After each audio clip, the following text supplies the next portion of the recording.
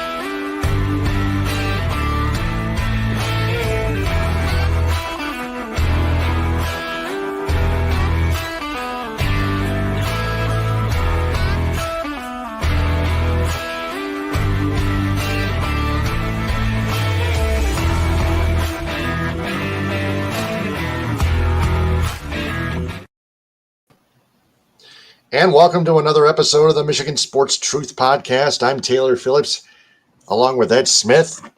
Tigers and Athletics tied at 1 right now. By the way, we are on the Huddle Sports Network. Ed, how are we doing tonight? Quite well, Taylor. Thanks for asking. Like you as well, I'm trying to keep up with the Tigers game in the background. This is a very important game, crucial to their wild card chances, given the fact that they are currently, as it stands with all the standings, the first team out. Now, I know the Red Sox did win earlier, but if the Tigers were able to pull this one out, they would then jump back ahead of Boston and would only be behind both the Twins and the Royals, who just completed game 1 of their series tonight, with the Royals beating the Twins 5-0. So that could be a series that if the Tigers do their part well, would be very beneficial to their wild card chances.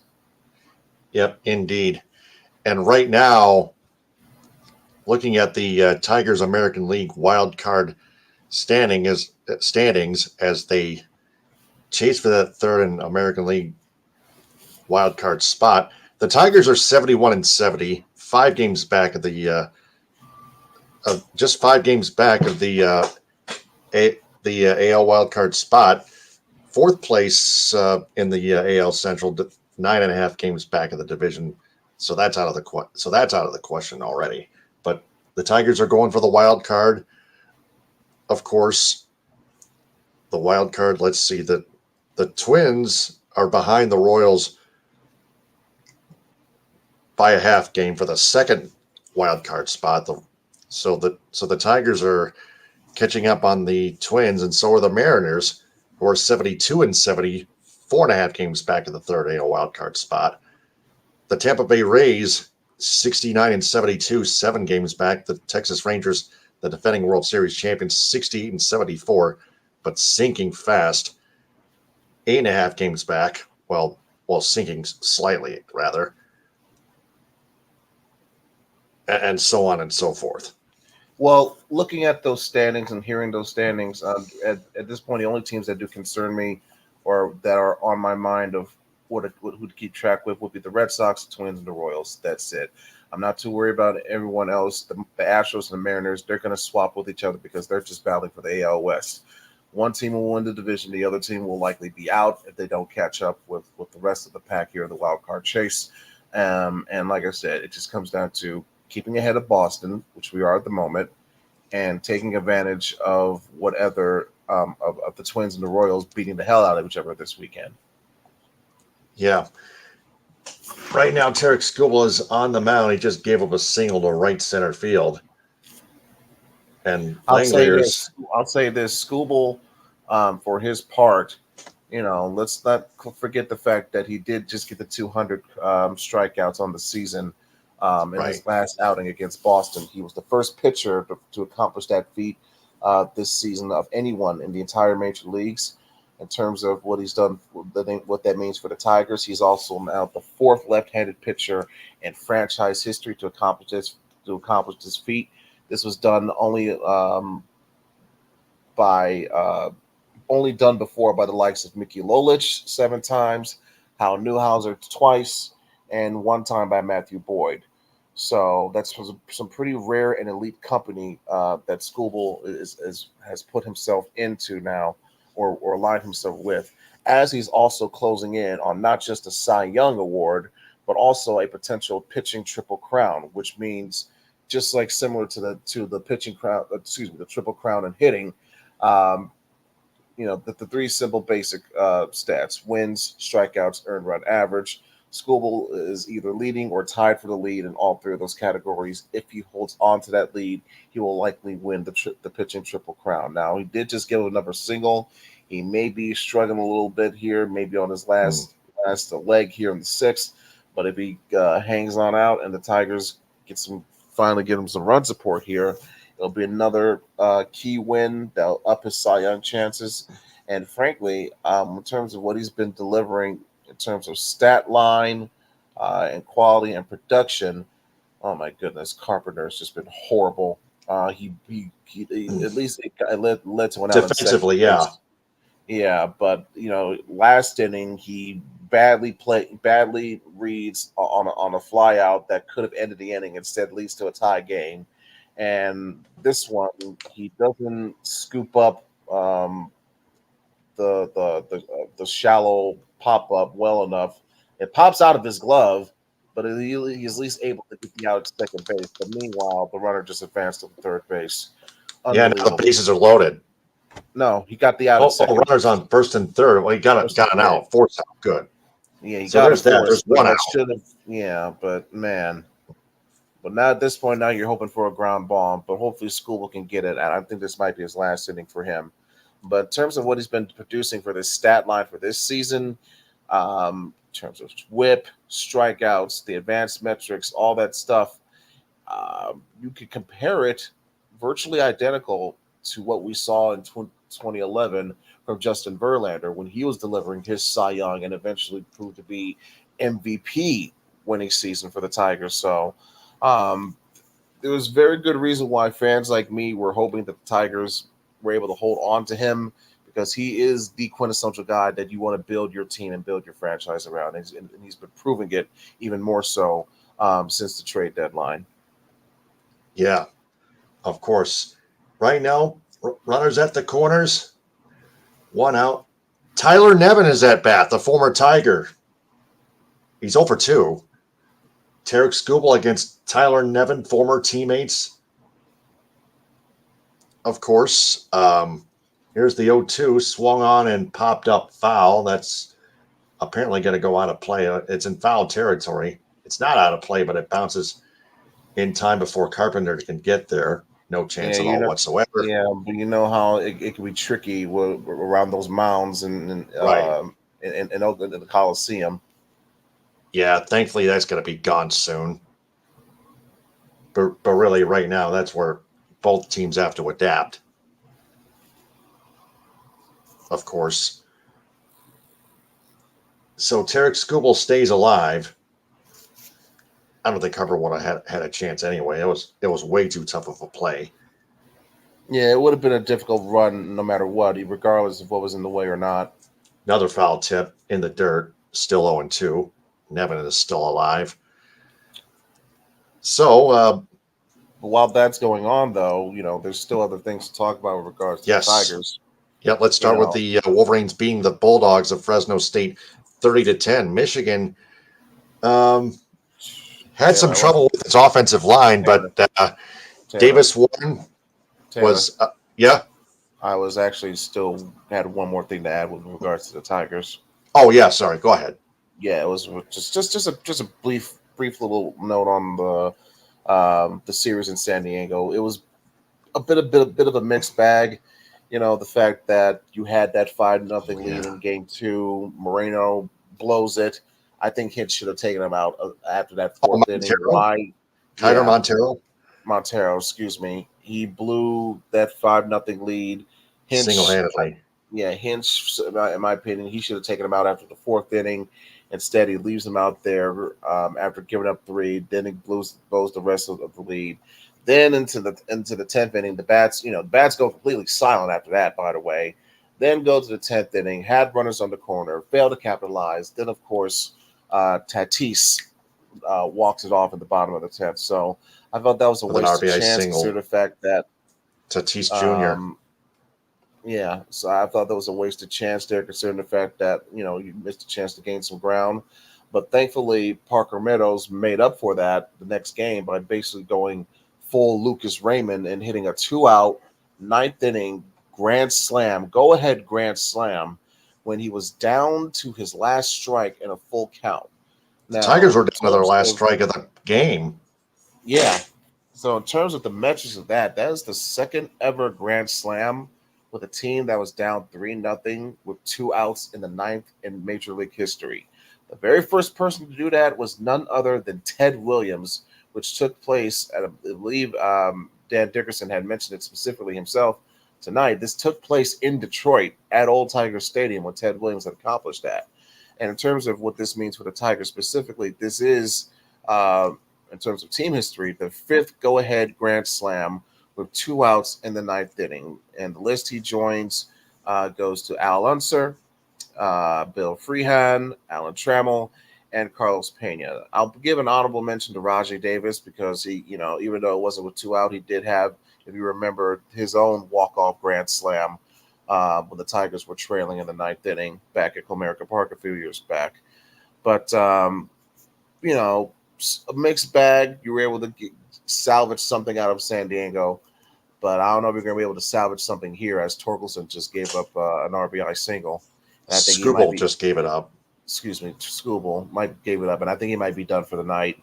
Daz Cameron, Skubal is done. He just got pulled. Will Vest is coming in. Tough way for the night to end for him, considering the fact that he had the family out in attendance. But I think between a couple of pinches by the ump, plus his defense, or specifically Kerry Carpenter, not coming in through for him defensively, this could have ended up in a much better life for Skubal. But unfortunately, he's looking to be on the hook for the loss, and he's currently responsible for the 2 men that's on the corners. Yep. Biff Bryant is my government name on Twitter, on X, at bballj7985. Brian just posted, Cy Young winners don't let Daz Cameron beat them. Just saying. Hey, he's got a point. I know, but also, again, I'm looking at the fact that, again, he got pinched by the ump, and his defense did not bail him out or did not protect him like they should have. Carpenter specific. Come on, exactly. I understand. Right, there's certain things he should have done. He should have gotten some guys out, but also when you look at the fact that bad defensive play led to the game being tied in the first place, and also led to an advancement of runners on the corners. Skubal is not 100% at blame here. No, he should have done a better job, but his defense only like 15%, to be fair. Only 15%. Sure thing, Brian. The defense, like 75%, and the umpire only 10%, because it's only a couple pitches. So, yeah, just got to pitch through it. I'm looking at Skubal's face himself. He knows he should have done better on that, but damn. Yeah, just throw a piece of cheese to Daz Cameron. Cameron took advantage. He was Best takes on Geloff. Yep.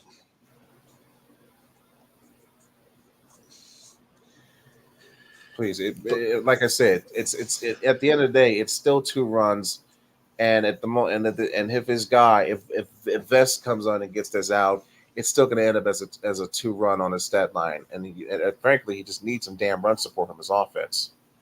Yeah. Yep. So. Vest has a 2.95 ERA coming in, as Geloff fouls one off. He's 1 for 2. Well, there you go. Now you're 1 strike away from getting out of this. Even though I think you're kind of ahead of me on that one, just by a few seconds. Yep, that's true. Someone's got to take charge, though. Understandable. Yep. Vest to the stretch. And the 1-2 just outside on a slider. And there's a defensive indifference as Cameron takes second base. Michael Otanya is warming up in the Oakland Athletics bullpen.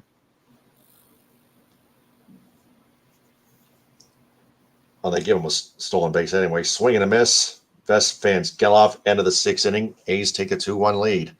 Yep, Now, Scuba will be credited for those 2 runs. yep, that's true. So the Michigan Wolverines beat Fresno State 30-10. First of all, I'd like to say Will Johnson with that incredible pick sealed it. But their offensive line had some trouble early on. Couldn't help Davis Warren. Couldn't even help Alex Orji. But the Wolverines mustered just enough offense, and their defense, as usual, went right to work. Ed, let's see you from that one. I'll say this about this game: it was a definite shaky start. But thankfully, it was a strong finish. I think first and foremost, we got to give some more credit to Fresno than I think most people are not doing at the moment. Let's not forget that they did win 9 games themselves last year, and frankly, they're probably considered to be one of the best teams in their conference. Right, I believe it's the Mountain West, just after Boise State. Boise State's considered the front runner to win the conference title, possibly, be one of those group of 5 teams that makes it potentially into the 12-team playoff. But Fresno, may for their own intents and purposes, might have something to say about that. And frankly, depending on or given the talent that they have on their end on both sides of the ball, a durable quarterback, a durable veteran quarterback that knows how to get the ball around to certain guys. Jalen Moss, for example, looking like to me, the way he was playing out there, looks like to be the next best receiver to come out of that school since a guy by the name of Devontae Adams. You had guys on defense like Ezra Christensen and Cam Lockledge in that front 7. It did not make it easy for Michigan. They had to earn that victory, and they were doing. I think there was also a game plan of whether or not they were going to be doing proper ways or creative ways of stacking the box. Whether it be having one safety up high or having 2 safeties up high. If you were dealing with one safety, they were likely stacking the box, making it more difficult to run. If they had 2 safeties up high, you had a little bit more space to get some more production, to get more in between the tackles.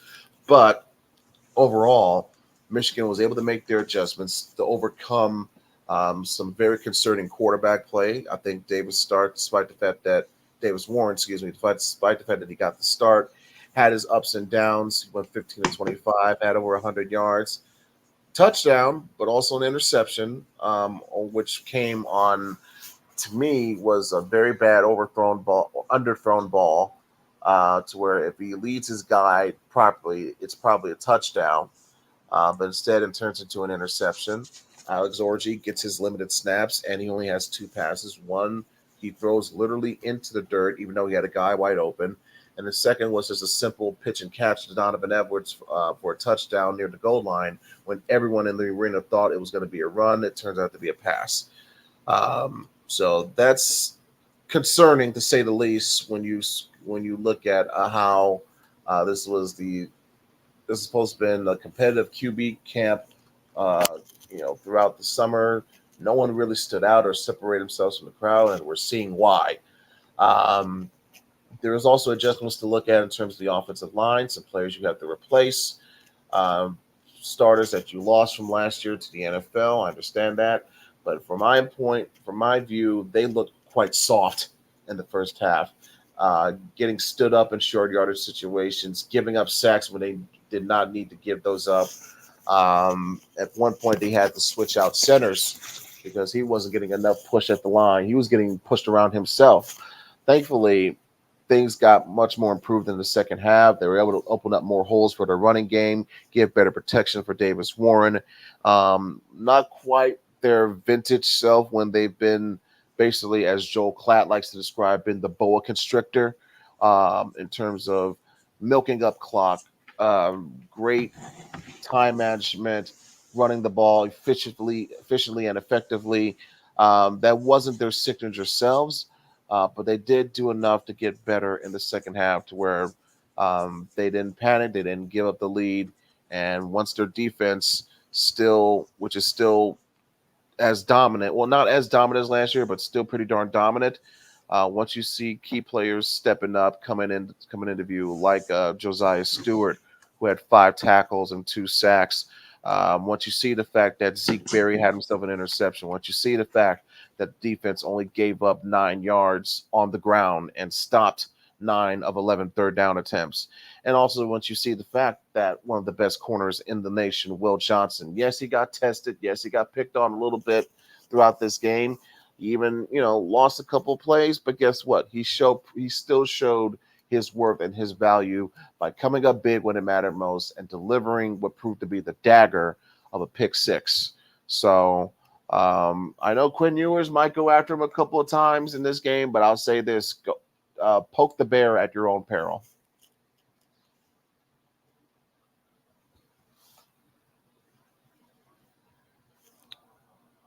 Can't hear you, Taylor. Oh yeah, I was muted. Yeah, Riley Green just hit a double, and the A's are making a pitching change. Hogan Harris is replaced by Michael Otanez. Again, Tigers down 2-1, but yeah, Will Johnson with that pick six, but Davis Warren had some difficulty as well, of course. So, well, he wasn't the only one that had some difficulties. Donovan Edwards, I saw very little burst from him. He had about 11 carries. He had 27 yards on the ground. Yeah, he had the touchdown on the ground. But again, like I said earlier, it was just a matter of a pitch and catch when everyone thought it was going to be a run. They surprised him with a pass. So that's how he got so open. Frankly, I saw much better production overall from Kalel Mullings, who had himself quite a good game, had about over 160 or so all-purpose yards between his kick returning duties and also the fact that he was gaining some good chunk yards throughout that second half, ending up with 15 carries for 92 yards, about 6.1 yards per carry. He looked better than Donovan Edwards in some instances. So I don't know if Edwards is going to look at it or view it as motivation or the fact that, hey, that's just his teammate picking up the slack and he's just looking out for his teammate. But I hope to see better from Edwards for this game coming up tomorrow against Texas. But there really wasn't so much of another aspect in terms of the offense. There really wasn't a standout receiver or receiving option other than what we saw from the reliable Colston Loveland, who in his 9 targets got 8 catches for 87 yards and a touchdown. I did see some potential out of Kendrick Bell, who, by the way, is the younger brother of Ronnie Bell. But I still want to see more out of Tyler Morris and most definitely out of Samaj Morgan. So Morris had a couple of nice moments, but I still want to see more out of him.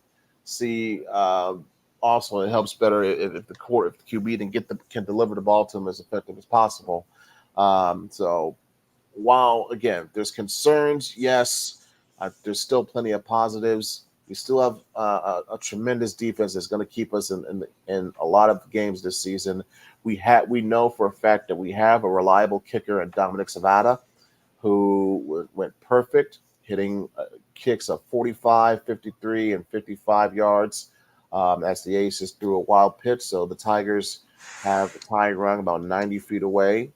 Savannah's got a leg, let me tell you that. Yeah, he does, man, and that's good because I think we're going to have to be relying on that leg a lot for this season. Another thing that I saw that I didn't like, too many second half penalties. They were showing a lot of good discipline in the first half. I think they only had 1 penalty or so for the majority of the game, and then on one drive alone, late in the third or early in the fourth, it had like about 3 or 4 penalties alone that kept Fresno moving that drive down to where eventually they ended up scoring that touchdown. So that was a bit uncharacteristic, I would say, of Michigan to be committing those type of penalties and fouls, because that's going to keep a team in the game more than they should be doing. Again, credit to Fresno, but Michigan was clearly hands down and on paper the better team, and they were just creating uncharacteristic mistakes that kept Fresno in the game far longer than it should have. Yeah, and then late in that fourth quarter, that drive, take me through that whole thing. Well, it was good to know. It was a good response drive because Fresno had themselves. It was after the touchdown. Fresno had gotten within 1 possession, and then between the fact that the offensive line woke up, Kalel Mullings was getting his runs, and then you capped it off with a Colston Loveland touchdown.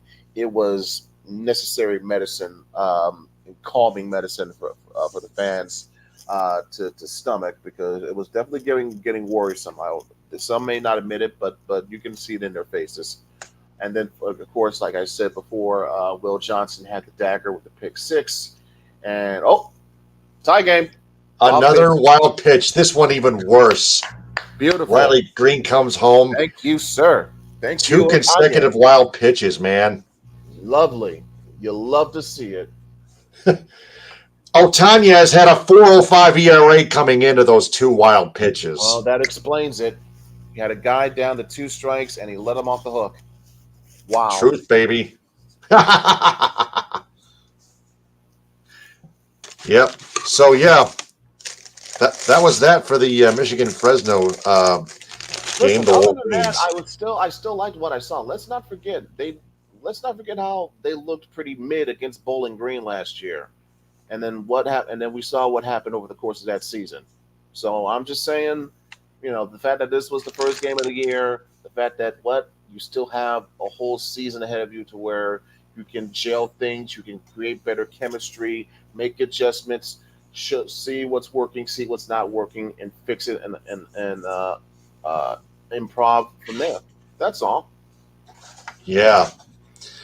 So, the biggest game of the schedule, aside from the game against Ohio State at the end of the season, number 10 Michigan versus number 3 Texas. That's tomorrow at noon on Fox. Mm-hmm. So, Texas is gonna come in with a loaded offense, and they get a stout defense as well. They get those Longhorns can play two-way football, period. So the Wolverines offensive line and everybody else on the team had better be ready. Oh, for sure. The offensive line must show much better improvement if Michigan has a chance at all of wanting to win this game. The offensive line must be the start and the finish of everything here.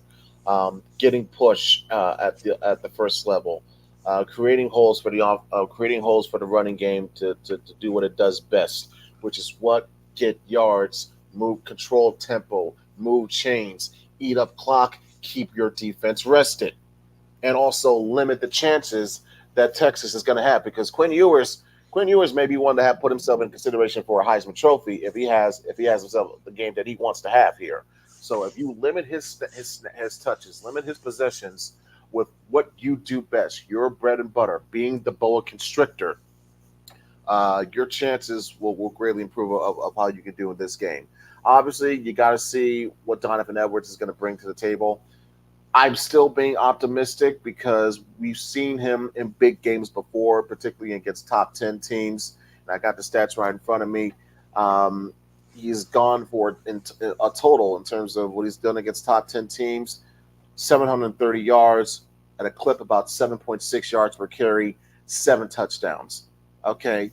And, it's basically you remember where you were when he made those plays. Like, we've seen what he did against Penn State in 2022 at the Big House. We saw what he did against Ohio State against in the shoe in Columbus. We saw what he did against Purdue in the Big Ten title game, and then we saw, of course, what he did in the national championship game against Washington. So, big game Don is obviously there. He's capable of pulling this off. Now, of course, that creates a worrisome possibility of, hey, does he have a switch? Does he turn on and off for some reason? Does he take plays off in some instances? Well, will that create that type of reputation? That remains yet to be seen. But the fact of the matter is this, that he's considered a big game Don for a reason. The stats and the numbers that I just provided to you, the evidence that I just gave you before proves that rather. And that's one thing. Davis Warren will likely get the start again. I think they're going to try to keep up this rotation system, hopefully with much better adjustments this time around, because they did not do a good job of getting their best players enough snaps, in my view. Like, for example, I thought Will Johnson was on the sidelines far too many times for my count, which led Fresno taking some shots and paying off by moving the ball downfield in some instances. This game, don't worry about rotation. Don't worry about load management. play your best players, give them enough snaps, and do what you need to take to win. Yeah, it's too big of a game to rotate players. Exactly. You got a 23-game home streak at stake. This is the first time that you will be an underdog since the 2021 Ohio State game. You know, you already are having some doubters. You had doubters coming into the season. Those have obviously increased more so from the performance that we saw last week. So you have a lot to prove in this game for a multitude of reasons. Yeah, Texas is 7-point favorites. The Longhorns are. Yeah, that's the line. But what are you thinking, Taylor? What do you think the predictions are going to be for this? Oh man, it's going to be a close one, but I think, sorry to say, but Texas is going to come away with a 27-24 victory, only by a field goal. I believe the crowd will do their best to play a factor. I think when Quinn Ewers, I got to see how Graham and Grant are, if they're able to get after him. And see, that's the benefit of Michigan having a front four that can disrupt and get after the quarterback, which means you can be more, you can do more with your secondary and not have to worry about them being hung out to dry. So getting enough pressure between Stewart, between Graham, between Grant, between the players that I mentioned before, Ewers, how his performance will dictate how Texas will go. I think if he has a subpar game, yeah, there's a good chance that Michigan will not only win, they'll win handedly. But if he has himself, he's coming out coming out just on making consecutive passes one after another, yeah, it's going to be a long game. But I'm thinking with the line, with what's at stake, knowing how the crowd will be, knowing how we stack up in certain parts of Texas, I will say more than likely it's probably a good chance that Texas wins, but Michigan, I believe, will be able to cover. They're going to have enough of a say on defense to where this will be a winnable game. But until I can see or feel confident in the offense more, I'm not sure if they're going to be able to get it done for this win. But hey, who knows? I've been surprised before by this team. I would not mind being surprised again. So I'm with you with this one, Taylor. I would say Texas would win, but Michigan covers. My prediction, though, I think the score is going to be a little bit more lower. So I could see this being a 2017, or 17-14 type of game. Texas will win, probably by a field goal or so, or Michigan maybe misses a field goal or something like that. But it will be a low-scoring game. Michigan would still cover the points. That's what I'm thinking on this one. Let's go 17-14, considering Savannah has nailed 3 for 3 field goals against Fresno State. He's been perfect. I'm not even sure if he'll miss any field goal attempts at all. All right, we'll see. And then who knows? He could be the one that proves to be the difference, and whether or not Michigan wins the game. Right. All right. So still tied at 2. The A's get a base runner, Wilson, with a single to right after Veerling took second on yet a third wild pitch by Otanez, but he somehow got out of that inning with a strikeout. Anyway, the Michigan State Spartans and the Maryland Terrapins on the road in Maryland Saturday at 3:30 on the Big Ten Network. The Terrapins are coming off a 50-7 loss to the UConn Huskies in Week 1, but between MSU and Maryland, the Terps have outscored the Spartans 58-22 in their last 2 meetings, including a 31-9 decision in favor of Maryland. The Terrapins currently operate under a pass-first offense led by junior quarterback Billy Edwards Jr. The Terps offense was ranked 65th last year, 22nd in passing in the nation, but 116th in rushing. Edwards Jr. has a strong and accurate arm with a solid pocket presence and the quick ability to scramble and extend plays, making him a dual threat under center. You also got senior wide receiver Ty Felton, who had 7 catches and 1 rush for a combined 197 yards and 2 touchdowns against UConn. Also, senior wide receiver Caden Prather, 6 catches for 60 receiving yards. That's been it. But Maryland had recorded 249 yards after catch against the Huskies of UConn. So we're going to expect the Spartans to mix up coverages against Maryland, especially in the secondary with their receiving defense. That's the most important key in this matchup. Maryland's defense on the other side of the ball was ranked 40th in the nation last year, third in interceptions with 17, and 32nd in sacks with 33. So Maryland, it appears, has a stronger defense than Michigan State, especially in the secondary. Keep in mind though, that was with Jay Sean Barham on their team. Now he's with Michigan via the portal. Right. Yeah, that is a fact. So good news for Spartans for the Spartans. You won't get to see Jay Sean in this game. Bad news, you'll still get to see him later on this year when you go to Ann Arbor. Yeah. So good news for both the Spartans and Wolverines, in other words. But I'm almost done, I promise. Senior Ruben Hippolyte and junior Kellen are two key linebackers to watch. Kellen, let's see. Anyway, Hippolyte recorded 65 tackles last season. MSU's offensive line had trouble against the Florida Atlantic Owls in week 1. The Spartans still came away with a victory, but their offensive line needs some work.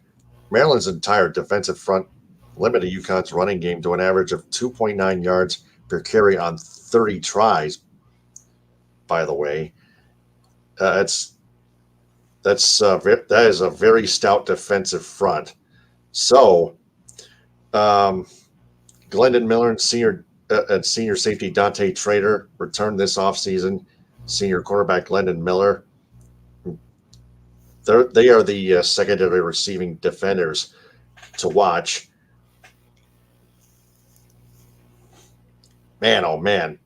Kellen Wyatt was the name I was looking for both at linebacker, along with Ruben Hippolyte. So, Ed, what say you on that?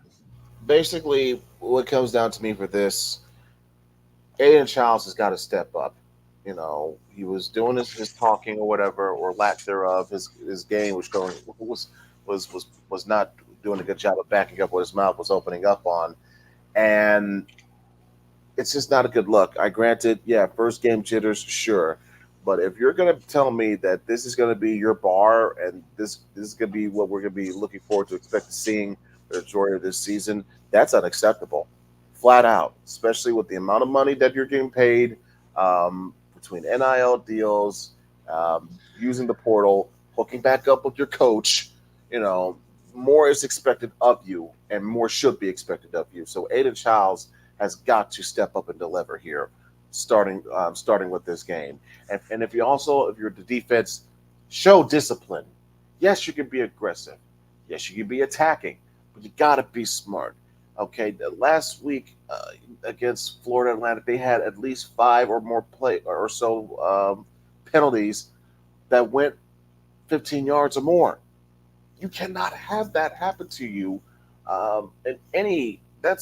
That shouldn't be acceptable under any circumstances in any league, any division, any conference, any level of football whatsoever, because those type of penalties are going to keep teams in games, keep drives alive, and if you lose on a one-score possession, you're going to look back at the tape and say, "Hey, man, we should have made that boneheaded penalty when we were getting a stop on third down."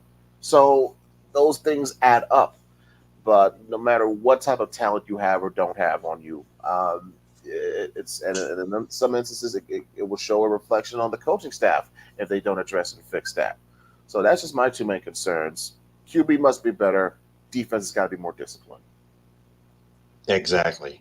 So I'm thinking Maryland wins in a low scoring game. I would say 20-13. So you're saying MSU is going to cover because the line right now is plus 8.5. Maryland is favored by. That was close. Yeah. So Michigan State will barely cover. Yeah, I guess. Yeah.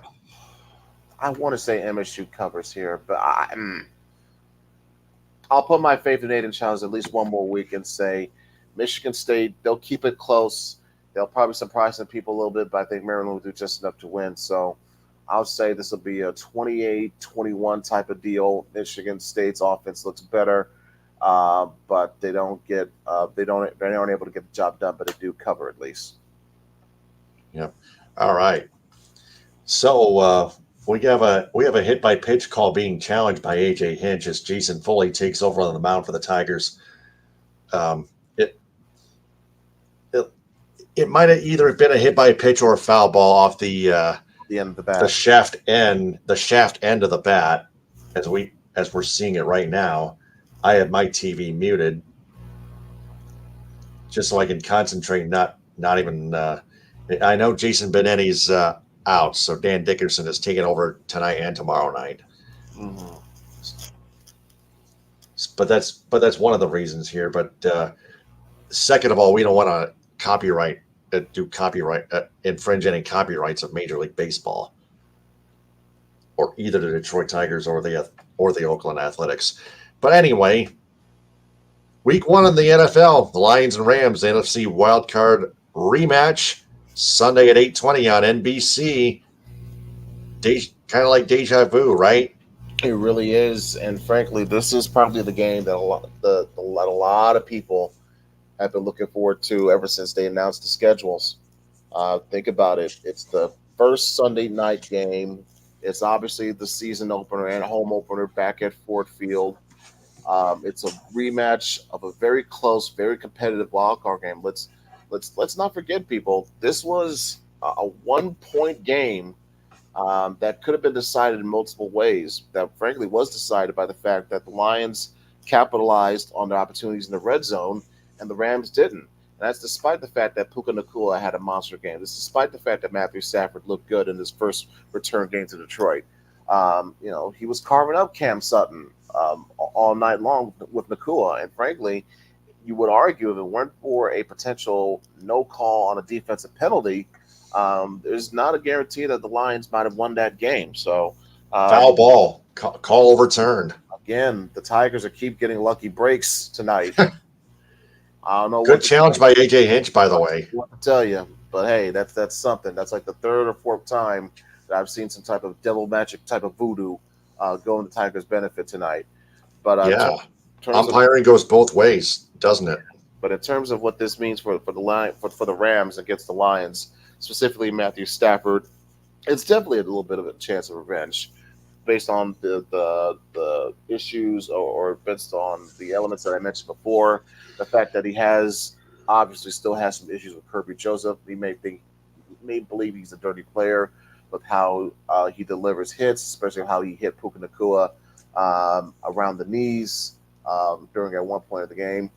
I don't read too much into it. I think it's just Stafford showing his leadership, showing how much of a teammate and a leader he is. He's just looking out for his guys. That's all there is to it. He did the same thing in the Super Bowl when Cooper Kupp got nailed on a big hit, and Stafford went up to the guy who hit him and got in his face and chewed him out. So that's just him being a leader. I got no problem with that. I do know for a fact that he's going to test this secondary. There's some new faces, some from free agency, others through the draft. Stafford will not care. He will be looking to do whatever it can to test this new secondary out. Yeah, he's gonna go after Brian Branch. He's gonna go after Terrion Arnold. He's gonna go after Rakestraw. Carlton Davis, Mick Robertson, you name it. He's gonna go after all of them. He's got Cooper Kupp. He's got Puka Nacua. He's got both guys healthy and available for this game, ready to go, as the Tigers should have had a double play, but they don't deliver, and I hope that doesn't come back to bite them in the ass. But the Lions... I don't think they had a chance at first, to be honest, the way I saw the replay. Or maybe I saw a little bit of a bobble by Colt Keith, but still, I don't think they would have had a chance anyway. I thought he had a chance for it because the way it was developing, it looked like he had a shot. But nevertheless... Tough to tell. Nevertheless, though, it'll be a test for Stafford for sure, to try to get rid of some old demons of his own. I know, of course, his wife who just loves to be the center of attention. Parker Meadows makes the catch. A line drive to left center field, which looked to be a single, but it hung up there for Parker Meadows, and it stays tied at 2. It's after 7. In there too. Yeah, DJ Reader, by the way, is questionable. He might play. He'll likely play. Dan Campbell alluded to it. He may not start. He'll get some limited snaps more than likely. But So be it. It's a good chance that DJ Reader will play. Doubtful though on Ife Melifano. He's dealing with an ankle injury. Sit him out. I did mention on the Rams side of things that both Puka Nacua and Cooper Kupp are healthy. They will both play, but their starting offensive lineman, Rob Havenstein, will be questionable with an ankle injury, and that might be big too in terms of the rest of the keys I'm going to go down and go into shortly here. But yeah, that's the notable names and that you can pick out from that injury report. Which good job for the Lions, right? Because that was the main priorities of getting to the preseason. Is figure out who's going to get starts, who's going to get playing time, but get through it as healthy as you can possibly get. And then also included not playing your starters at all. So we'll see how rusty or not rusty they'll look once they step out on the field on Sunday night. But you rather have that element of rust out there over the fact that you potentially lost them in the preseason when you didn't have to. All right. So looking at the line between those Lions and Rams, checking the Score mobile app. The Lions are 4.5 point favorites just now. So I still think the Lions will win this one, but that's a tough scoring prediction for me. I'll let you go first. Yeah, I'll say this: there's a lot of elements more than just the whole Stafford versus Goff scenario. There is the fact that we're going to see a battle of all elements must be considered. By the way, yeah, let's get that right. We're going to see two teams that are going to want to establish running the football, and they have the capabilities of doing so. The Rams are returning 4 or 5 starters on their offensive line. They're bringing back Kieran Williams, who had himself a 1,000-yard season last year. And don't forget, they also drafted Blake Corum. So be prepared to see a lot of Blake Corum in this game. Oh yeah, don't think I forgot about that. Even Dan Campbell was praising Corum earlier today in his press conference. So that lets you know of what teams. Not just teams with inside of not just intel with inside the Rams, but also intel from other teams what they really think about Blake Corum and what he brings to the table. So we're going to see that tandem going up against what I'm starting to now liken as rhythm and blues. That's R&B for you. That's a play on the word rhythm and blues, and is the duo of David Montgomery and Jahmyr Gibbs. Both these guys essentially ran for 1,000 yards themselves last season. Jahmyr was just off by a few yards, but it speaks to the capability and the depth of these two guys to be so versatile and effective behind this tremendous offensive line that, frankly, it's what makes this Lions offense so deadly. Because, you have the receivers, you have the options, but the fact that this is a team that wants to, at any and all points of the game, punish you at the line, punish you at the trenches, punish you with the running game. That, and of course, you have an ingenious offensive mind with Ben Johnson as your offensive coordinator. That's also going to prove dividends. But again, the core of this offense is what they do with the line and with the running game. So you're going to see them try to implement that as best as possible here with usage of Monty and Gibbs. And I expect Jahmyr to get a bit more touches here in this one than what we saw of him at the start of last season. That's just my hitch, or hunch, excuse me. But speaking of hunch or rhyming with hunch, let's talk about Hutch. We know what Aiden Hutchinson will bring to the table, but we don't know is who's going to help him. Who's going to be his David Ojabo in a sense? Is it going to be Aleem McNeil? Is it going to be Marcus Davenport? Is it going to be James Houston? We don't know. DJ Reader? Maybe Isaac Ukwu. We don't know. But what we do know is that Hutch is going to be looking to take another step forward potentially put himself in Defensive Player of the Year conversations. And oh, by the way, he was named as a team captain for the first time. So that's worth noting something. Deservingly so. Deservedly so. And also worth noting something on the opposite end for the Rams. Let's not forget, Aaron Donald retired. He is no longer there. Thank God. Wow. However, He was a beast. yes, he was. Possibly, arguably, the greatest defensive player of all time. And that's saying something. But while they no longer have Aaron Donald, they do have Jared Verse. They do have Kobe Turner. They do have some guys that they can put on that defensive line to where if Lions aren't careful, that can prove to be a potential game wrecking situation. So they're going to have their work cut out for them either way. All that being said, knowing what's at stake, well, I won't say that's at stake, other than trying to get some minuscule bragging rights or wanting to feel good about how the season's starting, but knowing just how amped and crazy and excited that crowd at Ford Field is going to be, and also knowing what the mindset is, what the goal is, what the expectations are. Obviously, Brad Holmes is saying it. It's Super Bowl or bust. Dan Campbell maybe will want this thing to be a step-by-step, 1 week, 1 game at a time type of deal. But I've said it before, I'll say it again. My ceiling for this team, yes, get back to the NFC Championship game. But this time, you have it here. You have it at home. You have it in front of that rabid-ass Ford Field crowd, because I promise you, the energy in that building for that game will be something we have never seen before, and frankly, could be one of the biggest reasons you end up winning this time around. So if I'm the Lions, I'm going to do whatever is in my power this year to make sure that, if I'm one of those Final Four teams again, I'm going to make sure that this time the game is going to be in my crib.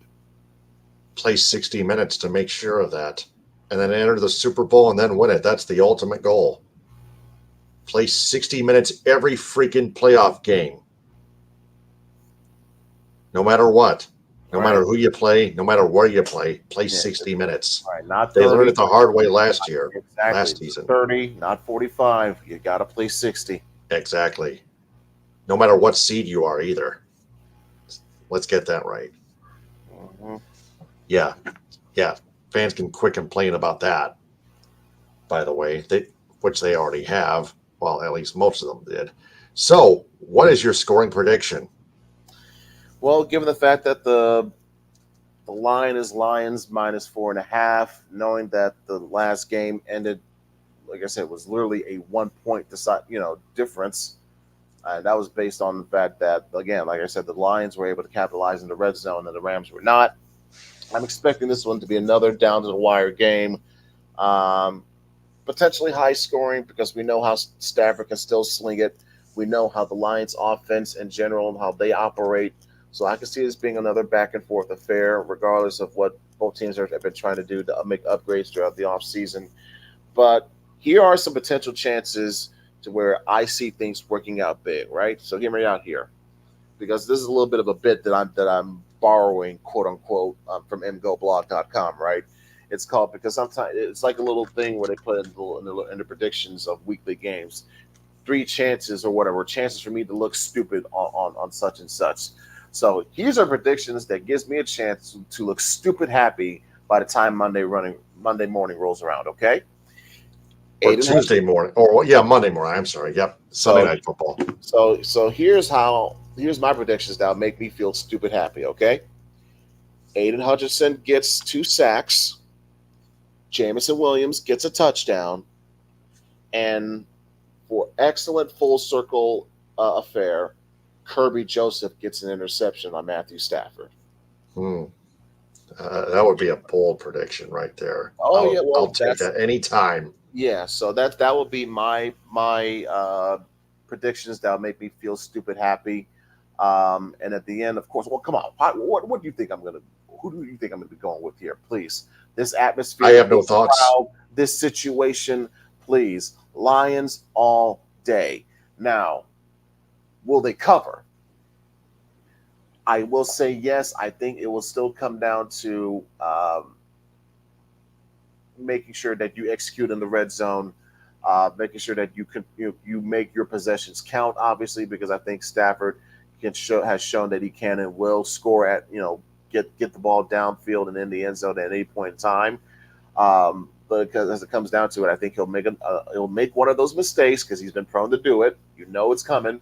It'll happen at any point in time, especially with him with those gunslingers. It's going to be presented to you, and if you take advantage of it, you may use that to convert it into easy points, which will lead to the final score differential. So, knowing that, I'm going to say Lions 34, Rams 28. Oh, 6-point game. Yeah, I'm going to go. We got to get those field goals for Jake Bates now. Oh, yeah, that's true. I'm going to go Lions 34, Rams 27 by a full touchdown, regular full touchdown. So I'm going to go 1 point below you on the Rams there. So, yeah, not going to go Price is Right on this one. This is because this is not the Price is Right. This is the Michigan Sports Truth podcast, of course. Sorry, Drew Carey or Bob Barker, God rest his soul. But anyway, Lions, we're both predicting the Lions win and cover, but just barely. Sunday at 8:20 on NBC Sunday Night Football. Mike Tirico, Chris Collinsworth on the call, and of course Dan Miller, Lois Brown, and TJ Lang on the Lions Radio Network. So right now it's still tied at 2 outs, bases empty. The Athletics are at bat, 1-2 count. Gunther is pitching for the Tigers against Daz Cameron, who tied the game a bit earlier with an RBI single and a swing and a chopper foul down the first base line the other way. Still 1-2. So we're reading it. We were reading a little bit earlier on X that the Red Wings are closer to signing detecting that Moritz Seider and Lucas Raymond were being close to signing with the Red Wings on a new deal. They're both playing back in Sweden, I think. I believe it was in Germany.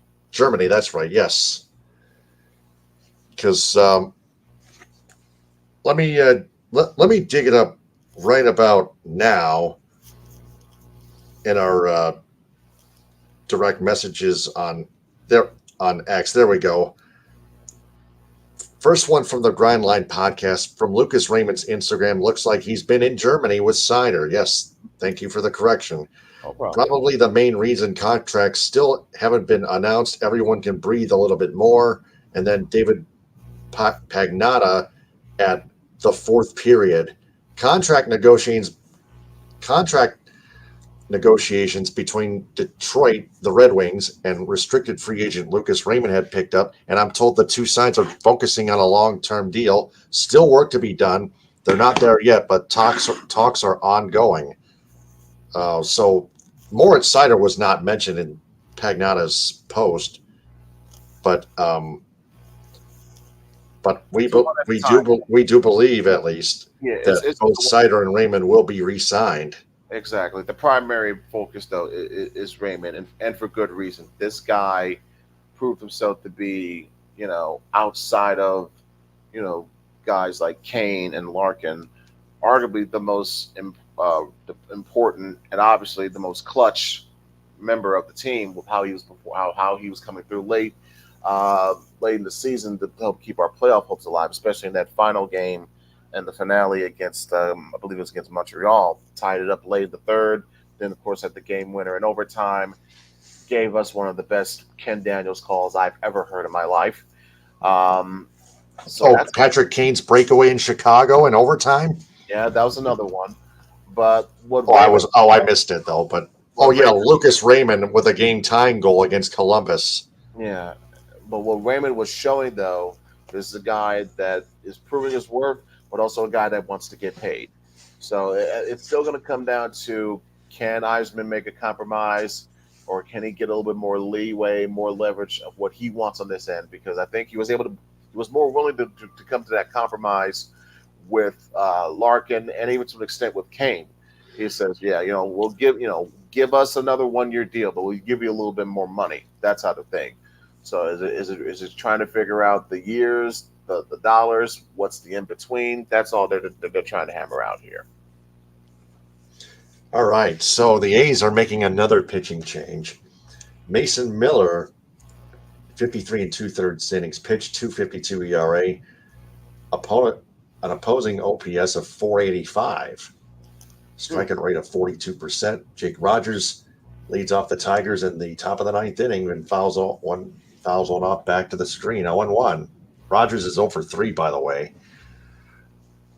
So Mason Miller average fastball miles per hour 100.8, the highest this season over Joe Durant of the Twins and Seth Halverson of the Colorado Rockies. Just takes me back to how crazy that Meadows was still able to hit that grand slam off of 101 mile per hour fastball. I think that's what it read. Damn, Crazy. son. 101 mile an hour swing and a miss there by Rogers, 0-2, by the way. Wow. Swing and a miss, 101 mile an hour, way too high, have a heater. Mason Miller just blew away Jake Rogers on 3 straight strikes. Hey, when you got an arm like that, you just let it rip. All right, so that's all we've covered. But then comes the segment, what we've learned. What did we learn this episode? Well, we learned that Michigan still has a lot of work to do, a lot of work to cut out for themselves in terms of trying to prove people wrong, prove doubters wrong yet again, and get back to the college football playoff to defend their national title. But they have a big opportunity coming up tomorrow against Texas. We've learned that Michigan State obviously has some work cut out in terms of trying to repair its image, reputation, standings, and so many things under this new era with Jonathan Smith. And they have their work cut out for themselves tomorrow against Maryland. We also learned that the Tigers are fighting for their very playoff lives as we speak at this very moment in this game against the A's. Of course, what we've seen against the Red Sox, the Padres. They still have winnable games coming up against these said A's and the Rockies. You know, despite the fact that Tariq Skubal didn't have a stellar self tonight, he still was able to get to over 200 strikeouts for the season. Very rare air for any Tigers pitcher, especially a lefty. And all that being considered, they're still in the chase. They still have a chance. It's only early September, and there's still a whole lot of months, still a lot of baseball left to go. So if they only do their part, take care of business against teams they're supposed to take care of, they have a chance of making some noise, of trying to being one of those teams that sneaks in at the very end of the season. We also learned that the Lions are going to be beginning their journey in terms of, I've mentioned the theme once before of finishing the story, finish the story. Well, the Lions have their own story that they're going to want to finish. That journey begins Sunday night. And I think if they want to make it a full circle story of their own, they want to make sure that their home crowd, their home fans are at the forefront of this and get the bookmark and bookending treatment that they so rightfully deserve. All right, so Parker Meadows just struck out, and so did Malloy. Man, Mason Miller is wheeling and dealing major heat right there. So Mason Miller strikes out the side, and the A's have a chance to win in the bottom of the ninth inning. Still tied at 2, so we'll just go ahead and take ourselves out here. That is another episode of the Michigan Sports Truth Podcast on the Huddle Sports Network. I'm Taylor Phillips. He's Ed Smith. Follow the Michigan Sports Truth Podcast on X, formerly Twitter, Instagram, and TikTok at the Michigan Sports Truth Podcast. Like our Facebook page. Subscribe to its YouTube channel at the Michigan Sports Truth Podcast. Like our videos and turn on all notifications on the bell icon. Watch each of our episodes in full to help improve our public watch hours. Make sure to make your YouTube channel public and subscribe to our channel. Make sure you're logged in to watch as well. Follow it and listen to it in audio form on Spreaker. And follow it on Spreaker to listen to it in audio form. Yeah, let's go ahead and get to the business endorsements, shall we? To the Moon Bakery in Lake City, special compliment on their crater sandwich. It was stacked with cheddar cheese, all kinds of sliced proteins and vegetables. That's just an amazing sandwich in my hometown, Lake City. So To the Moon Bakery in Lake City, Athletico Physical Therapy on Woodward in Ferndale, the B4 Foundation, the Ithaca Yellow Jackets high school varsity football team almost blew a 21-0 lead, but they held on to win 30-22 over Standish Sterling, the Panthers. By the way, WMLM is covering all Ithaca Yellow Jacket football games. Check out WMLM's Facebook page, WMLM 105.9 FM 1520 AM. Shout out to them as well. Cali Tickets, call Mark Goldman at 877-225-8425 or visit calitickets.com. Creative embroidery of Cadillac for designing the Michigan Sports Truth Podcast logo on my long sleeve shirt and t-shirt. Cuts by Melanie in Lake City. It's a Denise for female sports fans. You can get earrings.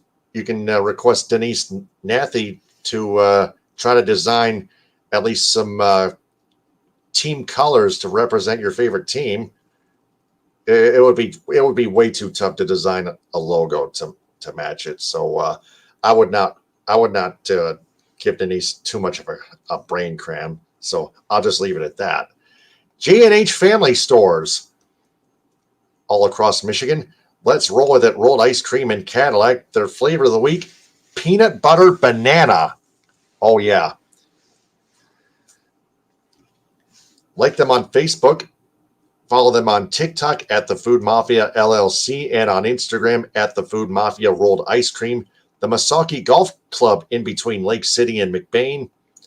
Northern Auto Lab in Lake City. Northern Star Event Rentals in Cadillac. 231-884-8195 for future bookings, and like them on Facebook. Pro Quality Cleaners of Cadillac, like them on Facebook as well. Also, the Raven Social Restaurant on South Mitchell Street in downtown Cadillac.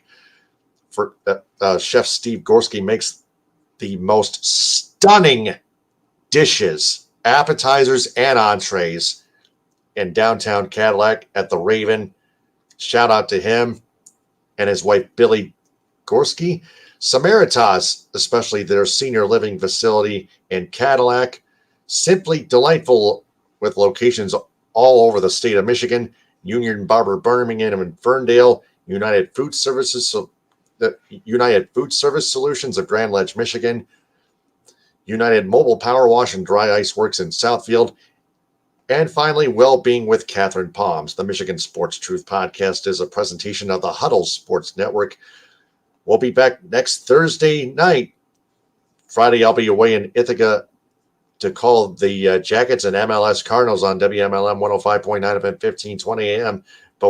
But Thursday night, Ed and I will recap the Lions and Rams, Michigan, Texas, and everything else, the Tigers and the Spartans as well. Until then, for Ed Smith, I'm Taylor Phillips signing off. But remember, we observe and detect the truth about Michigan sports because the truth is out there. Stay on the lookout. Ta-ta for now. Hit them with a hind. Go Lions, go blue, horns down. Be safe, everybody.